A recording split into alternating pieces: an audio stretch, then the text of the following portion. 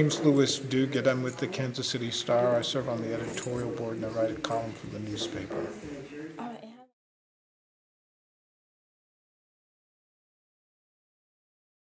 Since May 1977, graduated from the University of Missouri Columbia School of Journalism.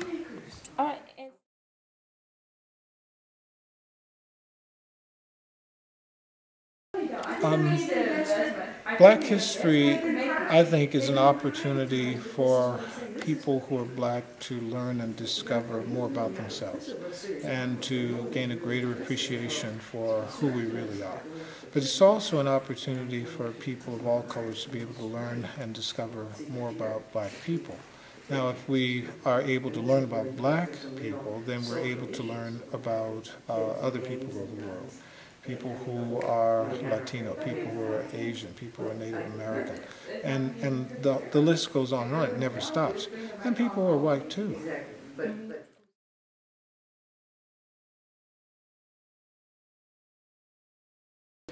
Well, there have been great things that have occurred, great strides that have occurred. We are able to live anywhere, that we're not bound, limited by the law, saying that you can't live past this area, or there are racial covenants that prevent people who are black or of other races from buying homes or going to certain schools. We can do all of that, but the sad thing is that a segregation has set in that is just as bad and as troubling as when Dr. King was still alive. And we have to get past that segregation, because the segregation that exists now is actually worse. The people who are trapped in urban segregated areas, whether they're Latino or black, they're also mostly poor.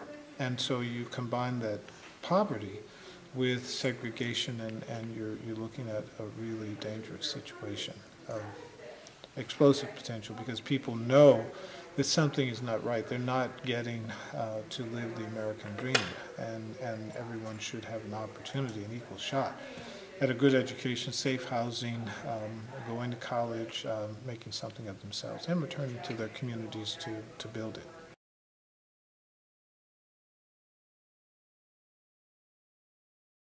Emmett Till died when I was born. Same year. Oh, wow.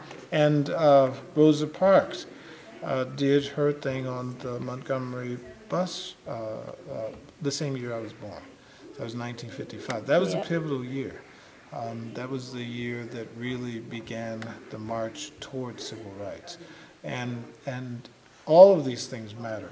But I think that probably the crowning event that really moved the nation, some violently, was the death of Dr. Martin Luther King, because that was a signal that the person who led us that far, April 4, 1968, was gone, and now what are we going to do? And we've had to recover, regroup, and find a way to go on.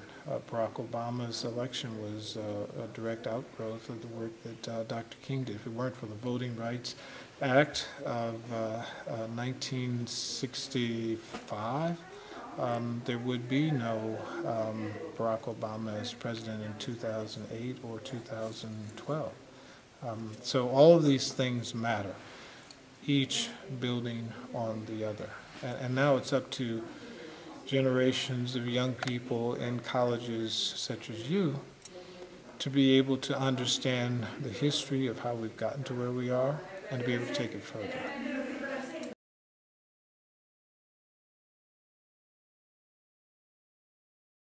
Well, they're not going to stay there all of their lives. Most, probably 90%, 95% will be getting out. Their term is limited. They have to be prepared. They have to use their time constructively. They have to, I tell the men in prison that they need to look at their fist. Look at their fist not as a weapon, but as a way out of the poverty and the degradation of prison that they're in. FIST being an acronym. The first is the F, it stands for financial freedom. They've got to save their money. They've got to build their wealth.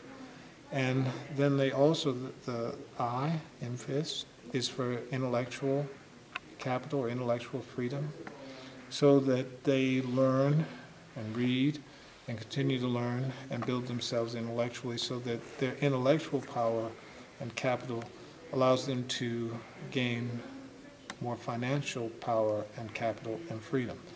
The S in FIS stands for spiritual freedom, and it's in knowing their God, the person or the entity, the creator that they worship, regardless of whether it is Jesus or Islam or Buddhism or Moorism. There are many different faiths in prison. And to really embrace that and to share it, because it's when they share, they grow, and they also in sharing have conversations and they build their intellectual freedom. The T in the fist is all about togetherness. Knowing that we have to work together, we have to be about uplift together and be connected to the community in order for things to get better. And so these are some of the themes that I hit on when I go into the prisons to talk to the men. Many of the men who I've started going into talk with, and they have me in for their NAACP organizations, for their black leadership organizations, they're out now. And I see them on the street, in the grocery stores, the restaurants, go to lunch with them, and dinner, and it is an incredible, exciting experience when I see them connected to the community, just like we talked about 20 years back. And it's a beautiful thing.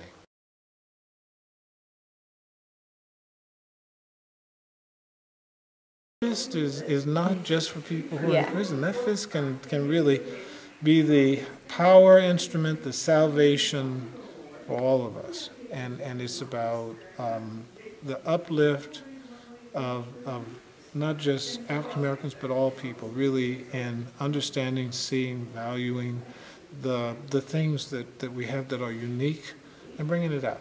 And so for young people who are in college, consume as much information as you can, not just in the classes and in the different classes that allow you to broaden your experience, but with each other and in the library, and read and read and read and read some more. And try to travel as much as you can, because it's when you get an opportunity to do things like that your view of the world becomes enormous. And your view of what you can do also just becomes exciting. And that excitement and enormity, I mean, once you've got a sports car, you want to see how fast it's going to go, right?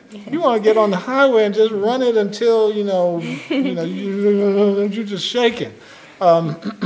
And that's the way that's the way it should be with your life.